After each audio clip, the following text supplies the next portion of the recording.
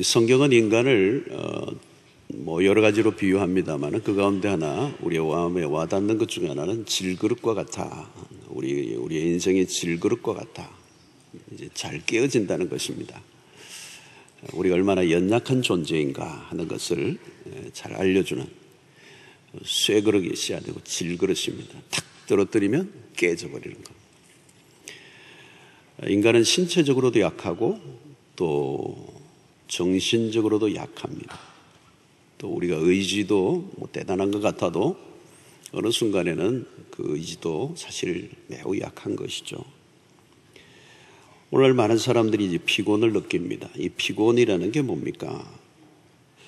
내가 약하다는 증거예요. 물론 내가 하는 일이 어렵고 또 내가 최선을 다하면 피곤이 오는데 궁극적으로는 우리 자신이 연약하기 때문에 피곤한 것입니다. 피곤을 느낀다는 것은 한계에 부딪혔다는 얘기죠. 그리고 이 피곤이 계속 심화되면 어떻게 됩니까? 탈진이 옵니다. 탈진. 우리가 그런 얘기 하죠. 소진이 되는, 진이 다 빠졌다. 그런 표현을 쓰잖아요. 진이 다 빠졌다.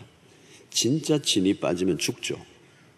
어른들, 연세 드신 분들이 돌아가실 때 보면 손가락 하나도 움직일 수 있는 힘이 없어요. 진이 완전히 빠진 겁니다. 에너지가 완전히 방전이 된 겁니다.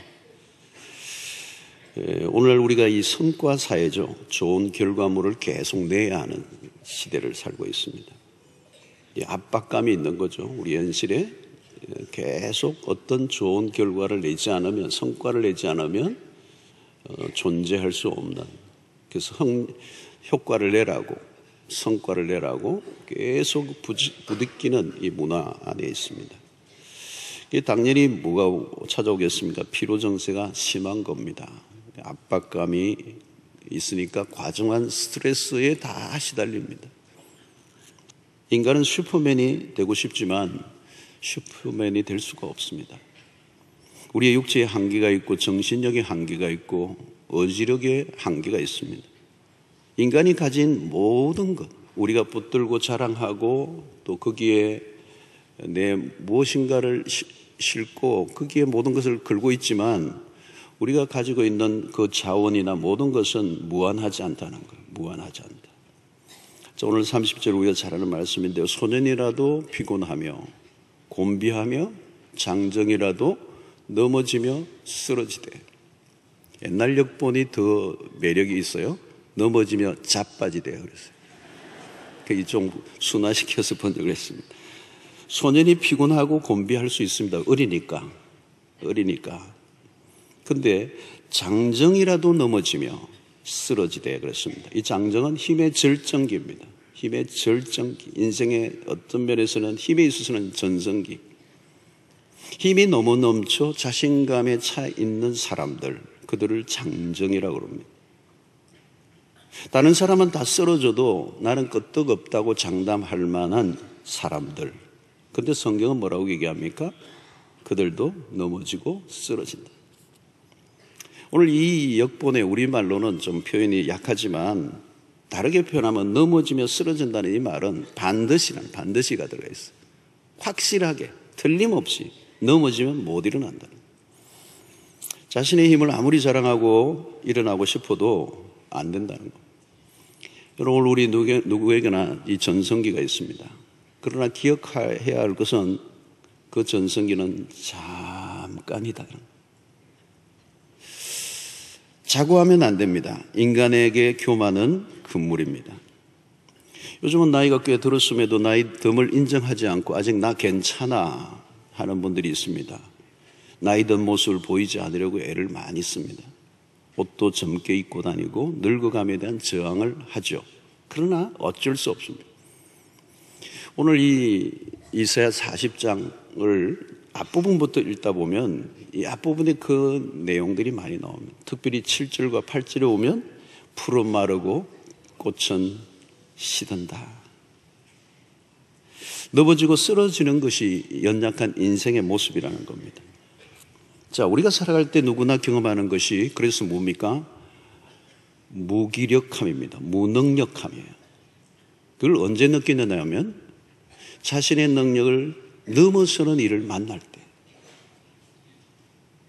내가 맡은 일과 내가 감당할 수 있는 역량, 그 능력의 차이가 날 때 문제가 터집니다. 감당할 한계를 넘는 상황이 벌어져 무너지는 인생들이 얼마나 많습니까? 내가 가진 힘과 활동할 양의 비율이 맞지 않으면 인생은 위기를 맞을 수밖에 없습니다. 어려움이 닥쳤는데 그것을 감당할 정서적 에너지가 없으니까 정신병에 걸리는 것입니다. 그러니까 내 정신력으로 이 다가온 문제를 버텨내고 이겨낼 수 있는 능력이 없으니까 정신병에 걸립니다. 우울증이든 공황장애든 때로는 불면증이든 이 일을 내가 감당할 수 없는 사이즈로 당하니까 내가 그것을 이제 못 이겨내는 것입니다. 그래서 그것을 경계선을 넘다. 다른 얘기로 하면 데드라인이라는 얘기를 하는 것이죠. 데드라인을 넘어서는 것. 왜 상처를 받습니까? 그 주어진 상황과 일어난 일을 내 믿음으로, 내 실력으로 감당을 못하는 거예요. 아무리 누가 어려움을 줘도 그것을 내가 이겨낼 수 있는 내적인 힘이 있으면 상처 안 받아요. 상처를 받을 이유가 없어요. 자, 여러분, 왜 쉬지 않고 일만 하면 무너집니까? 자신이 가진 힘보다 더 넘어서는 자기의 힘의 한계를 인정하지 않고 가다가 이제 무너진 것입니다. 그때 찾아오는 게 무기력증입니다. 내가 할 수 있는 일이 아무것도 없다라고 하는 주저앉음. 인간의 능력이 얼마나 한계가 많은 것이며 그에 비해서 하나님의 능력이 얼마나 탁월한가.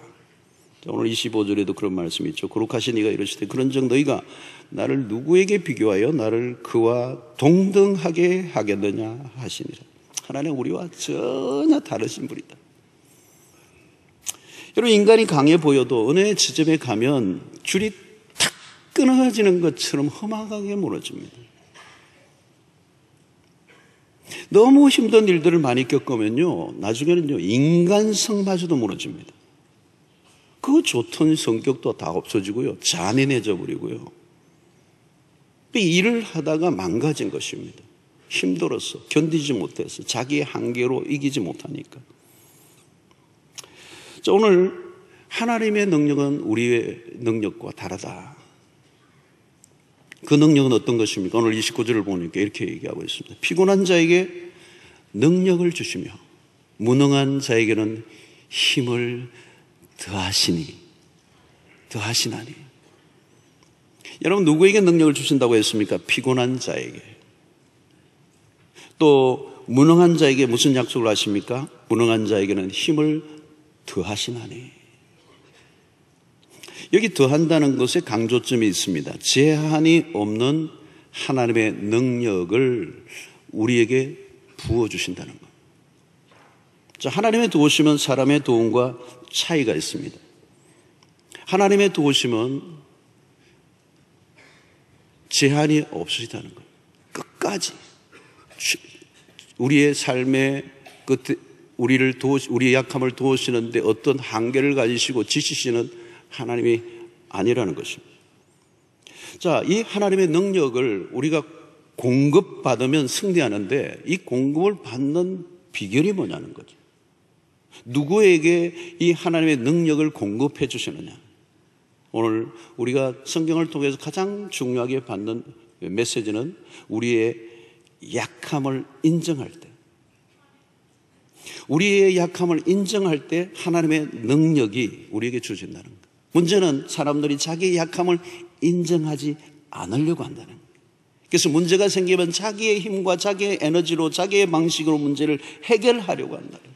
그래서 인간은 끊임없이 자기의 자존심으로 자기의 노력으로 자기의 힘으로 모든 것을 해결하려고 발버둥 치다가 다 끝이 난다는 거예요.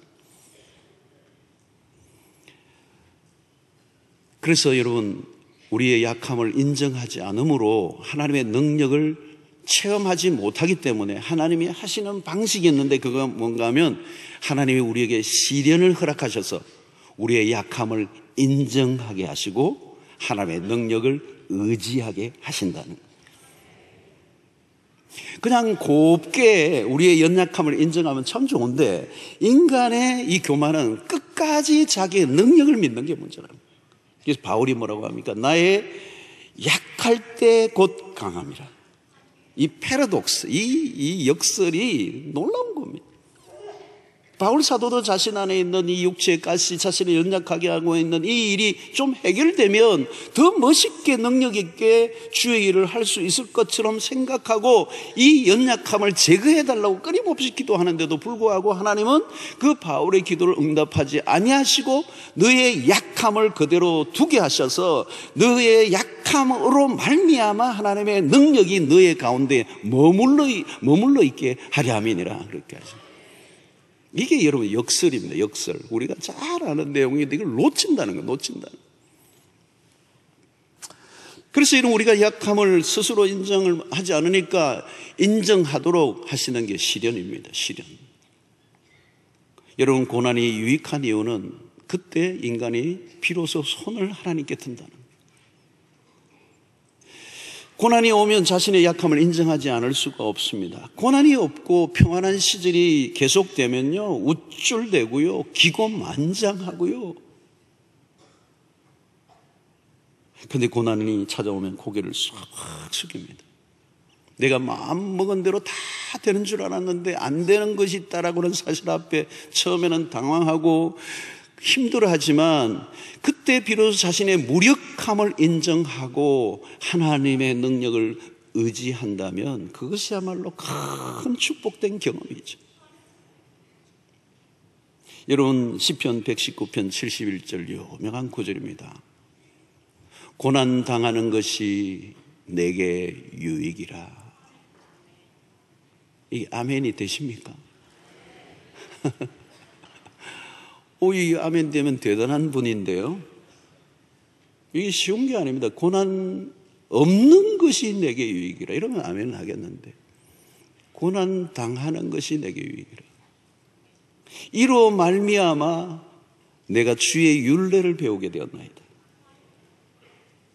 이 아이러니입니다. 아이러니. 고난을 통해서 비로소 우리는 하나님의 말씀을 배운다. 여러분, 고난당하는 게 내게 유익이라는 말이 평소에는 우리 귀에 잘 안 들어오는 말씀이에요. 무슨 뚱딴지 같은 소리를 하느냐는 그런 마음이 들어요. 사실은 구절을 보면. 그런데 여러분, 이 고난이 유익인 것은 그 고난을 통하여 비로소 나를 객관적으로 볼 수 있는 기회가 됩니다.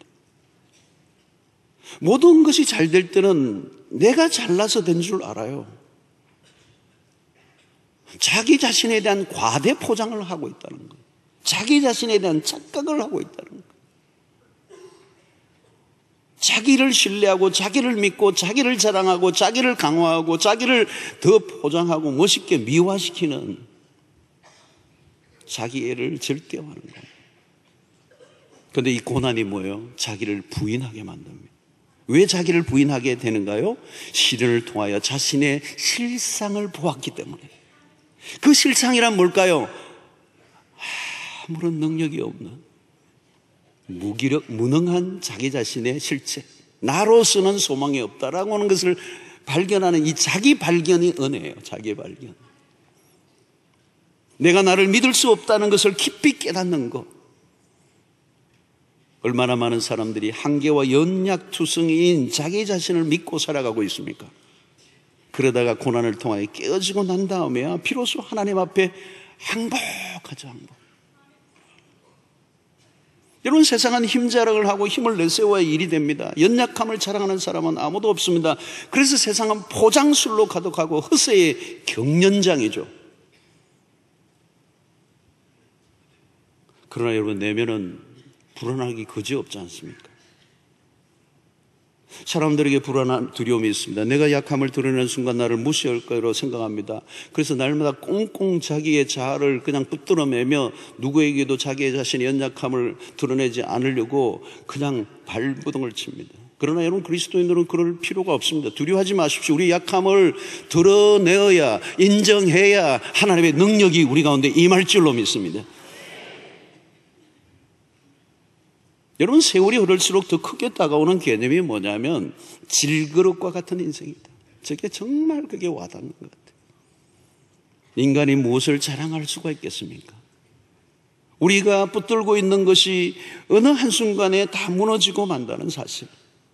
그래서 하나님은 인간의 자랑을 허물어뜨리시죠. 때로는 잔인해 보일 정도로 무너뜨리십니다. 그러나 그것은 하나님이 우리를 향한 사랑입니다. 하나님은 우리를 성공시키기 위해서 실패를 경험하게 하십니다. 자, 오늘 하나님이 주시는 힘의 특징이 뭔가를 우리가 잘 알면 우리에게 큰 힘이 될 줄로 믿습니다. 28절을 보면 너는 알지 못하였느냐, 듣지 못하였느냐, 영원하신 하나님 여호와 땅끝까지 창조하신 이는 피곤하지 아니하시며 곤비하지 아니하시며 명철이 한이 없으시며. 이 소년과 장정을 비교하고 있는 것이죠. 자, 하나님이 어떤 분이십니까? 영원하신 하나님 여호와.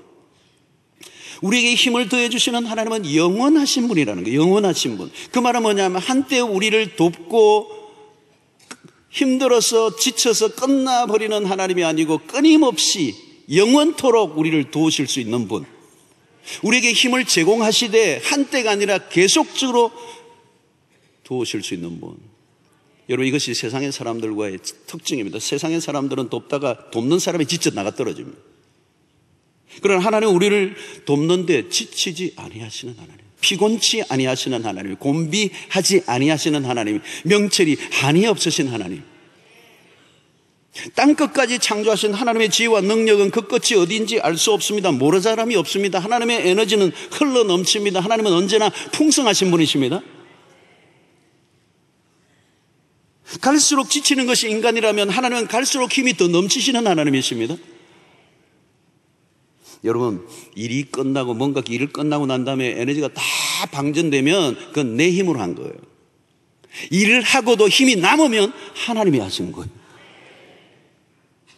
하나님이 힘을 주시면, 지치지 아니하시는 하나님, 피곤치 아니하시는 하나님이 힘을 주시면 일을 하고도요 에너지가 남아. 왜? 내 힘이 아니라 하나님의 힘이니까. 에베소서 3장 20절 말씀 보십시오. 우리 가운데서 역사하시는 능력대로 우리가 구하거나 생각하는 모든 것에 더 넘치도록 능히 하실 하나님. 여러분, 우리가 할 수 있는 일들만 합니다. 그러나 하나님의 능력을 실감할 기회가 없죠. 내 힘으로 감당할 수 있는 일만 하니까. 그러나 여러분, 우리가 하나님의 능력을 경험하려고 하면 우리의 능력을 넘어선 일들에 도전해야 합니다. 하나님이 도와주지 않으시면 도무지 불가능한 일들, 감히 내가 어찌 이런 일을 감당할 수 있을까라고 하는 그 일 앞에 서서 오직 하나님이 아니면 나는 이 일을 감당할 수 없습니다 라고 하며 절대 하나님 앞에 의지하고 주의 도우심을 구할 때, 그때 하나님의 능력이 무엇인가를 체험하는.